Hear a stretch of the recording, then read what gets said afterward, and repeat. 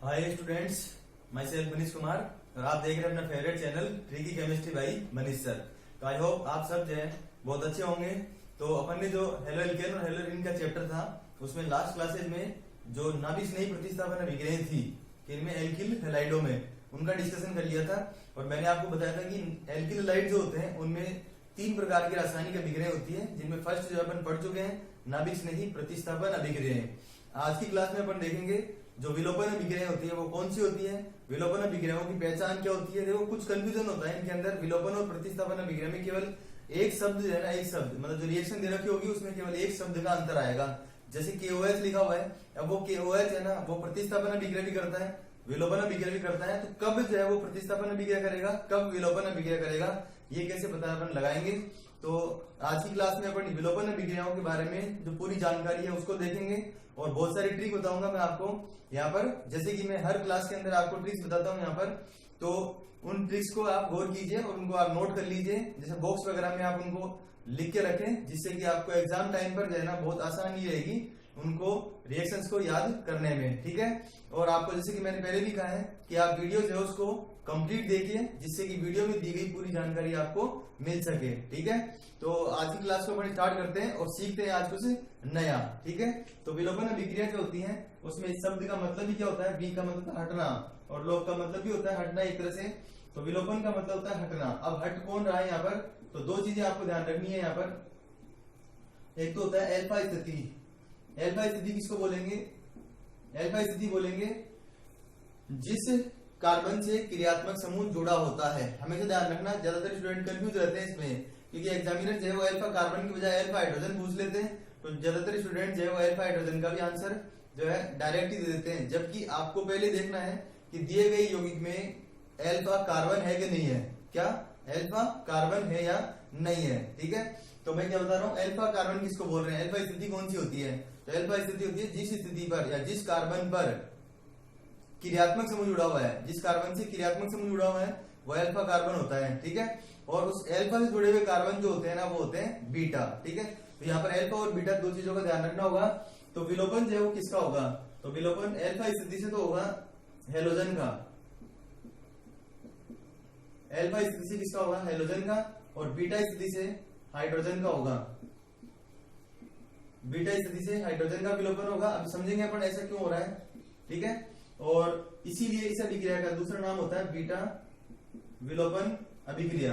तीसरा जो नाम है वो है कि इसमें हाइड्रोजन और हेलोजन दोनों हट रहे हैं, दोनों, इसलिए इस अभिक्रिया को वी हाइड्रो हेलोजनीकरण, वी हाइड्रो हेलोजनीकरण भी कहते हैं।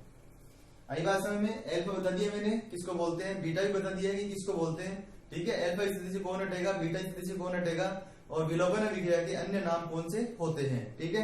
अब अपन देखते हैं कि ये जो चीज है ना, ये चीज ये ऐसे ही क्यों हो रही है, इसका कारण मैं बताता हूं आपको। तो देखो बिल्कुल सिंपलेस्ट एग्जांपल लेते हैं अपन। जैसे अगर आपको दिया हुआ है CH3CH2Br, इसमें उत्प्रेरक के रूप में जो है वो दिया होगा एल्कोहलिक KOH। ये जो एल्कोहलिक KOH है इसको एग्जामिनर जो है वो ऐसे भी लिख सकते हैं, यहाँ पर KOH को यहाँ पे नीचे लिख दिया और यहाँ पे लिख दिया एथेनॉल, KOH को नीचे लिख दिया और एथेनॉल यहाँ पे लिख दिया ऐसे, ठीक है। तो आपको पहचान करनी होगी कि जो KOH है वो कब तो विलोपन अभिक्रिया करता है और कब जो है वो प्रतिस्थापन अभिक्रिया करता है, ठीक है। तो देखते हैं, एक बार समझो आप इसको। सबसे पहले ये चीज देखो, इसके अंदर ये हेलोजन जो है वो किससे लगा हुआ है, CH2 से। तो ये कौन सा कार्बन हुआ, अल्फा। अल्फा से जुड़े हुए कार्बन कौन से होते हैं, बीटा। जैसे इसको देखेंगे तो अल्फा कार्बन कौन सा हुआ, CH। इसके साथ अगर देखेंगे तो बीटा कार्बन इसमें कितने हैं, 2 है बीटा कार्बन, ठीक है। तो अल्फा और बीटा की पहचान हो गई आपको। अब मैं बता रहा हूं आपको कि किस तरीके से यहाँ पर जो है यहीं से हेलोजन क्यों हट रहा है, यहीं से हाइड्रोजन क्यों हट रहा है, ये चीज देखते हैं। तो देखो हेलोजन तो है ही इसी स्थिति पर, इसका मतलब हेलोजन तो यहीं से ही हटेगा, हेलोजन तो है ही यहाँ पर तो यहीं से हटेगा, लेकिन हाइड्रोजन तो यहाँ पर भी है और यहाँ पर भी है। तो देखो अगर मैं हाइड्रोजन यहाँ से हटा देता हूँ इसी जगह से, तो क्या आएगा, CH3 और CH, क्या आएगा, CH3 और CH। अब CH जो है उसकी संयोजकता पूरी नहीं हो रखी है, CH3 की पूरी हो रखी है। इसका मतलब क्या हुआ, उसके बीच में किसी भी बंध का निर्माण आप नहीं कर सकते। तो यहां से अल्फा स्थिति से हाइड्रोजन हटाने पर संयोजकताएं संतुष्ट नहीं हो पाती है और नहीं हो पाने के कारण अपन जो हाइड्रोजन हटाते हैं ना वो कहां से हटाते हैं, बीटा स्थिति से। आ गई बात समझ में। अल्फा स्थिति से हाइड्रोजन क्यों नहीं हटाया, क्योंकि अल्फा से हटाने के बाद जो अपने पास यौगिक बचेगा वो एक अस्थायी यौगिक बचेगा, मतलब ऐसा कोई यौगिक होता ही नहीं है, इसलिए अपन क्या करते हैं, बीटा स्थिति हाइड्रोजन हटाते हैं। अब जो प्रॉब्लम वाली बात है वो कौन सी है, देखो जो आपके सामने ये सेकंड नंबर पे लिखा हुआ है वो एक द्वितीयक एल्किल हैलाइड है। कौन सा है, द्वितीयक एल्किल हैलाइड। ऐसे भी लिखा हो सकता है NaOH और EtOH। लास्ट क्लास में मैंने बताया था आपको कि Bu का मतलब था ब्यूटिल, Me का मतलब है मेथिल और Et का मतलब एथिल। तो ये हो गया एथिल एल्कोहल। तो एथिल एल्कोहल को ही एथेनॉल बोलते हैं और ये एल्कोहलिक का मतलब भी यही होता है। ठीक है, अभी मैं इनको थ्योरी में बताऊंगा आपको किस तरीके से लिखना है। एक बार आप इनकी देखिए एक बार। इसमें देखो अब अल्फा कार्बन, ये बीटा कार्बन, ये भी बीटा कार्बन। जब तक बीटा कार्बन अपने पास एक है, जब तक बीटा कार्बन एक है ना एक, तब तक तो कोई प्रॉब्लम नहीं है, उसी से हाइड्रोजन हटाने हैं। लेकिन जब बीटा कार्बन एक से अधिक हो, जब बीटा कार्बन क्या आ जाए, एक से अधिक आ जाए, अब उस बीटा कार्बन के अधिक होने की स्थिति में भी अगर दोनों के दोनों जो है ना, या तीन जो है, तीन से ज्यादा नहीं हो सकते, अगर दो या तीन है तो तीनों समान है या तीनों अलग अलग है, या दोनों समान है या दोनों अलग अलग है, ये चीज आपको वहां पर देखनी होती है। ठीक है, तो देखिए जैसे इसमें जो है कितने बीटा कार्बन है, दो, इसमें भी कितने हैं, दो, लेकिन इसमें है ना दोनों बीटा कार्बन समान है, ये भी CH3 है और ये भी CH3 ही है। ठीक है, इसका मतलब इस पे अपन को कोई भी कंडीशन नहीं लगानी पड़ेगी, जो कंडीशन लगेगी ना वो इसके ऊपर लगेगी। यहाँ पर CH2 के साथ जुड़ा हुआ है, मतलब इधर CH2 है और इधर CH3 है, इसका मतलब ये दोनों अलग अलग है। तो एक को तो लिख देता हूं मैं बीटा और एक को लिख देता हूं बीटा डैश। आगे बात समझ में। ये जो है बीटा क्यों लिखा, क्योंकि ये दोनों अलग अलग है, इनमें बीटा डैश इसके ऊपर भी लगा सकते हो आप, कोई दिक्कत नहीं है इसके अंदर ऐसे।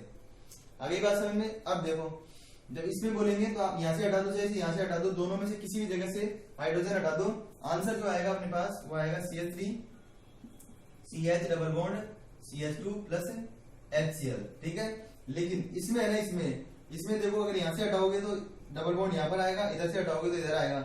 मैं एक बार पहले बीटा डैश से हटा के लिख देता हूँ उत्पाद, यहाँ पर जो बीटा डैश है उससे यहाँ पर उत्पाद लिख देता हूं मैं, और एक बार अपन लिख देते हैं यहाँ पर बीटा से जो उत्पाद बनेगा वो, बीटा से जो उत्पाद बनेगा वो।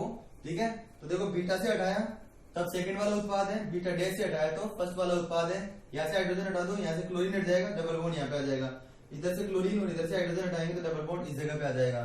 क्या बोलेंगे इसको, ब्यूट टू ईन। क्या बोलेंगे, ब्यूट टू ईन, और इसको बोलेंगे ब्यूट वन ईन। ब्यूटीन भी लिख सकते थे वैसे। अब देखो इस क्वेश्चन में दो इंपॉर्टेंट चीज हो गई। नंबर 1, ये कैसे पता चलेगा कि हाइड्रोजन हटाना कहां पर है, कहां से है। दूसरा, इन जो एल्कीन अपने पास यहाँ पर बन रही है उनको एग्जाम में दोनों को बनाना है या एक को बनाना है, ये कैसे पता चलेगा। ठीक है, तो इसके लिए आप ट्रिक सुनो। यहाँ पर जो ट्रिक है वो कौन सी है, तो ट्रिक जो है उसका ध्यान दीजिए। ट्रिक के लिए मैंने बताया आपको कि जब भी हाइड्रोजन के हटाने की बात चलती है, हटाने की, ठीक है, तो जब भी हटाया जाता है तो हाइड्रोजन उस स्थान से हटाया जाता है जहां पर हाइड्रोजन कम होता है। और इसको एक डेली लाइफ के एग्जांपल से याद रखने के लिए मैंने बताया था आपको कि जब भी हाइड्रोजन हटाने की बात चले तो ये डायलॉग याद रखो आप कि गरीबों का शोषण होता है। क्या होता है, गरीबों का शोषण होता है। इसका मतलब जिसके पास कम होंगे ना उसी से लिए जाएंगे। लेकिन अगर हाइड्रोजन जोड़ने की बात चले तो हाइड्रोजन वहां पर जोड़ते हैं जहां पर पहले से ही हाइड्रोजन ज्यादा होते हैं। ठीक है, अमीरों को और अमीर बनाया जाता है। ठीक है, तो इस तरीके से आप ये ट्रिक याद रख सकते हो। और ये जो ट्रिक है इसमें अपन ने क्या कहा कि गरीब जो है ना वहां से आपको हटाना है। ठीक है, अच्छा नेक्स्ट जो आता है वो आता है कि वास्तव में क्या था। ये तो अपने पास अपन ने घरेलू लैंग्वेज में याद रखना है। वास्तव में एक नियम था सेत्जेफ, वैज्ञानिक थे सेत्जेफ। ठीक है, तो उन्होंने नियम दिया था यहाँ पर, और वो नियम जो है वो कौन सा था वो आप सुनो यहाँ पर। तो देखिए एल्किल हैलाइड, ये एल्किल हैलाइड है। एल्किल हैलाइडों का विहाइड्रो हैलोजनीकरण कराने पर, एल्किल हैलाइडों का विहाइड्रो हैलोजनीकरण कराने पर वह एल्कीन अधिक मात्रा में बनती है। अधिक मात्रा का मतलब मुख्य उत्पाद होती है। वह एल्कीन अधिक मात्रा में बनती है जिसमें द्विबंधित कार्बन से अधिक एल्किल समूह जुड़े होते हैं। जिसमें द्विबंधित कार्बन से अधिक एल्किल समूह जुड़े होते हैं।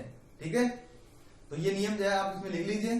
तो ये तो हुआ एक नियम, लेकिन उस नियम से भी आंसर सही आता है, मैं ऐसे नहीं कह रहा हूँ नियम गलत है, नियम बिल्कुल सही है, लेकिन नियम पूछेंगे तो नियम लिखना है। बाकी आपसे तो इसे पूछेंगे इनमें मुख्य एल्कीन जो है उसको बनाइए, ठीक है।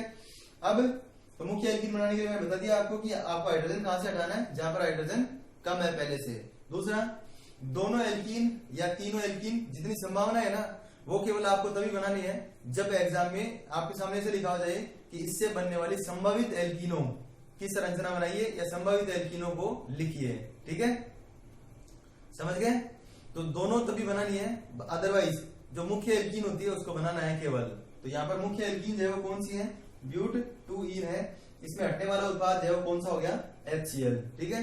तो आपकी मदद के लिए मैं आपके लिए काम कर सकता हूं कि जैसे ये जो विलोपन अभिक्रिया है और कुछ क्वेश्चन जो है मैं आपको नाभिक स्नेही प्रतिस्थापन अभिक्रिया के ये जो क्वेश्चन है मैं आपको पीडीएफ की फॉर्म में इस जो वीडियो है उसके डिस्क्रिप्शन बॉक्स में आपको प्रोवाइड करा दूंगा, मैं वहां पे दे दूंगा आपको। तो वहां से आप जो है पीडीएफ डाउनलोड करके पीडीएफ को डाउनलोड करना, फिर उसके बाद में जो है उन क्वेश्चंस को करने की कोशिश करना। फिर भी अगर नहीं आते हैं तो चैनल के अबाउट सेक्शन में मेरा व्हाट्सएप नंबर दे रखे हैं, आप वहां पे उनको सेंड कर सकते हैं, मैं वहां से बता दूंगा, ठीक है। तो ये तो बात हो गई अपने पास कौन सी डिग्री की, 1 डिग्री की। ये कौन सी हो गई, 2 डिग्री वालों की। अब अपन देखते हैं एक एग्जांपल जिसके अंदर एल्किल हैलाइड जो है वो कौन सा हो सकता है, 3 डिग्री हो सकता है। तो 3 डिग्री या 2 डिग्री इनसे अपने कोई फर्क नहीं पड़ रहा, जो नियम है वो यही है जो अपन ने यहाँ पर अभी तक काम में लिए हैं, ठीक है। नियमों में कुछ भी परिवर्तन नहीं करेंगे, ठीक है। तो देखो जैसे ये दिया हुआ है CH3 और Br, ठीक है। यहाँ पर मान लो एल्कोहलिक KOH या एल्कोहलिक NaOH कोई सा भी आपको दिया हुआ आ सकता है। हाँ, अगर इसको आप लैंग्वेज में लिखते इस रिएक्शन को तो इस तरीके से लिखना होता। देखो बिल्कुल सिंपल है, ये एल्किल हैलाइड है। जब एल्किल हैलाइडों को एल्कोहलिक KOH या NaOH की उपस्थिति में गर्म किया जाता है, जब एल्किल हैलाइडों को एल्कोहलिक KOH या NaOH की उपस्थिति में गर्म किया जाता है तो उत्पाद कौन सा बनता है, तो एल्कीन प्राप्त होती है, एल्कीन प्राप्त होती है। इन अभिक्रियाओं में अल्फा स्थिति से या अल्फा कार्बन से हाइड्रोजन हटता है और बीटा कार्बन से हाइड्रोजन हटता है, इसलिए इन्हें बीटा विलोपन अभिक्रियाएं भी कहते हैं। तो इस तरीके से लैंग्वेज बना सकते हो आप, कोई दिक्कत नहीं है इसमें। देखो ये तो कौन सा हो गया अल्फा, ये हो गया बीटा, ये भी बीटा और ये भी बीटा, लेकिन ये तीनों बीटा क्या है, समान है, समान।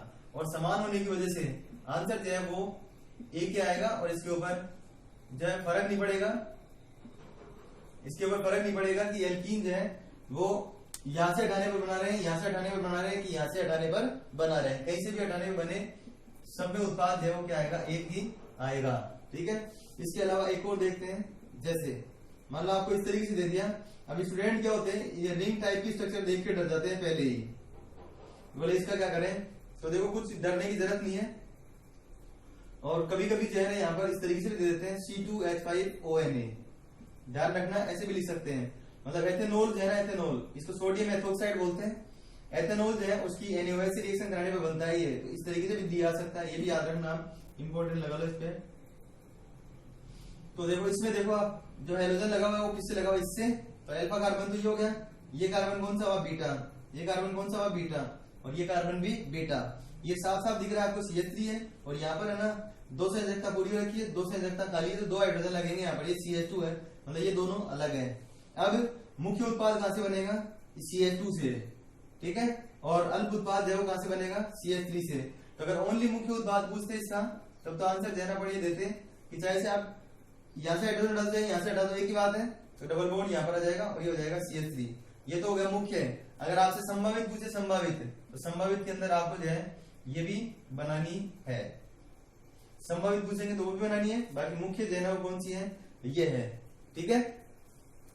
तो इस तरीके से बहुत सिंपल तरीके से आज की क्लास में अपन ने एल्किल हैलाइड जो होते हैं ना, एल्किल हैलाइड, उनमें जो विलोपन अभिक्रियाएं होती हैं वो किस प्रकार से हो सकती हैं उनको अपन ने सीख लिया है। और इसमें जो मैंने ट्रिक्स बताई, जैसे मैंने आपको वीडियो में स्टार्टिंग में भी कहा था, ये जो ट्रिक्स बताई है आप उनको जो है कहीं पे भी लिख सकते हैं, कॉपी के ऊपर खाली पेज होता है वहां पे लिख सकते हैं, या नोट लगा के लिख सकते हैं, या बॉक्स बना के उसके अंदर लिख सकते हैं, क्योंकि यही चीजें जो है वो आपको यूज होगी। बाकी बुक्स वगैरह में आपको इस तरह की ट्रिक मिलती नहीं है, इसलिए मैंने बताई है आपको कि जिससे कि आपका आंसर जो है वो सही तरीके से आ जाए। तो मैंने आपको बता भी दिया है कि मैं इसमें जो क्वेश्चंस होंगे इससे रिलेटेड उनको पीडीएफ के फॉर्म में आपको प्रोवाइड करा दूंगा, तो आप वहां से उनको डाउनलोड कर सकते हैं। तो इसी तरीके से आप चैनल के साथ बने रहिए, ज्यादा से ज्यादा स्टूडेंट तक जो है ना इन वीडियोस को पहुंचाइए। और अगर चैनल को अभी तक भी आपने सब्सक्राइब नहीं किया है तो प्लीज चैनल को सब्सक्राइब करके बेल आइकन को प्रेस कर दीजिए, जिससे कि लेटेस्ट नोटिफिकेशन आपके पास सबसे पहले आ जाए, ठीक है। और किसी की भी तरह की आपके पास प्रॉब्लम होती है तो चैनल के अबाउट सेक्शन में मैंने मेरे व्हाट्सएप नंबर दे रखे हैं, तो वहां से जो है ना आप व्हाट्सएप के ऊपर जो है किसी भी क्वेश्चन के बारे में या किसी भी टॉपिक के बारे में जो है मेरे को भेज सकते हैं। तो मैं जितना पॉसिबल होगा आपकी प्रॉब्लम जो है उसको सोल्व करने की कोशिश करूंगा, ठीक है। तो थैंक्स फॉर वॉचिंग।